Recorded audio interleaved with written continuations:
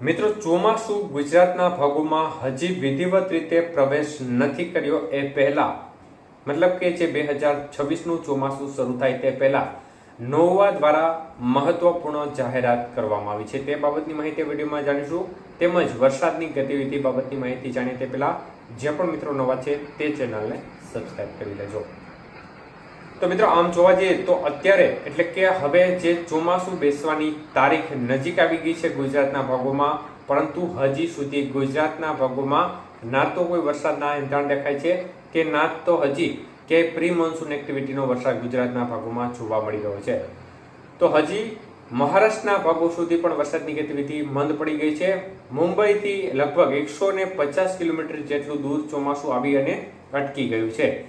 જ્યારે મહારાષ્ટ્રના ભાગોમાં ચોમાસું આવી જતું હોય છે ત્યારે ગુજરાતના ભાગોમાં પ્રી મોન્સૂન એક્ટિવિટી જોર પકડતી હોય છે, પરંતુ આ વખતે પરિસ્થિતિ તદ્દન વિપરીત જોવા મળી રહી છે. અરબી સમુદ્રવાળી પાંખ છે તે મહારાષ્ટ્રના ભાગોમાં એન્ટર તો થઈ પરંતુ ત્યાં અટકી ગઈ. બંગાળની ખાડીવાળી પાંખ છે તે સતત આગળ વધી રહી છે અને પૂર્વોત્તર ભારતના રાજ્યોને પણ કવર કરી રહી છે અને અનેક ભાગો છે તેમાં ચોમાસું વિધિવત રીતે બેસી ગયું છે. વરસાદની ગતિવિધિ પણ ત્યાં સારી જોવા મળી રહી છે.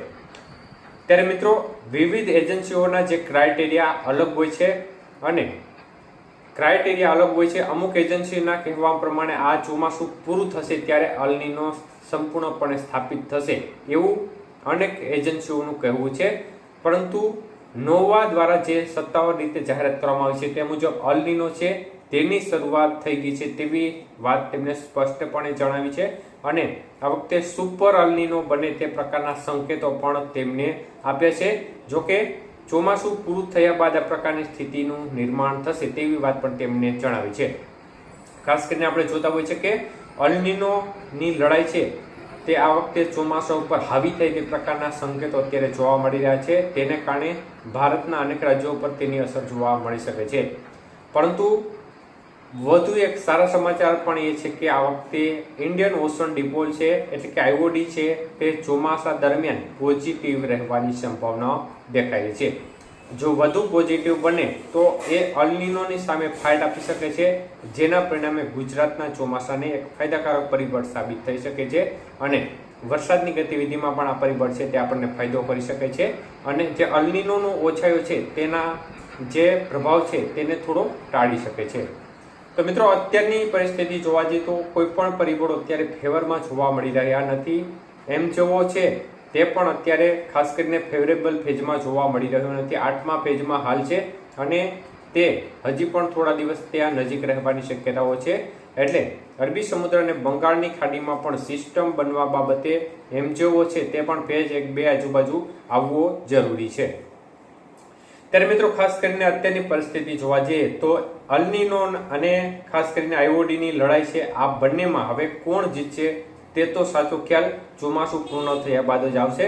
પરંતુ અત્યારની સ્થિતિ મુજબ જે નોવાનો જે અત્યારનો રિપોર્ટ છે તે મુજબ અલ નીનોની શરૂઆત થઈ ગઈ છે તેમના કહેવા અનુસાર.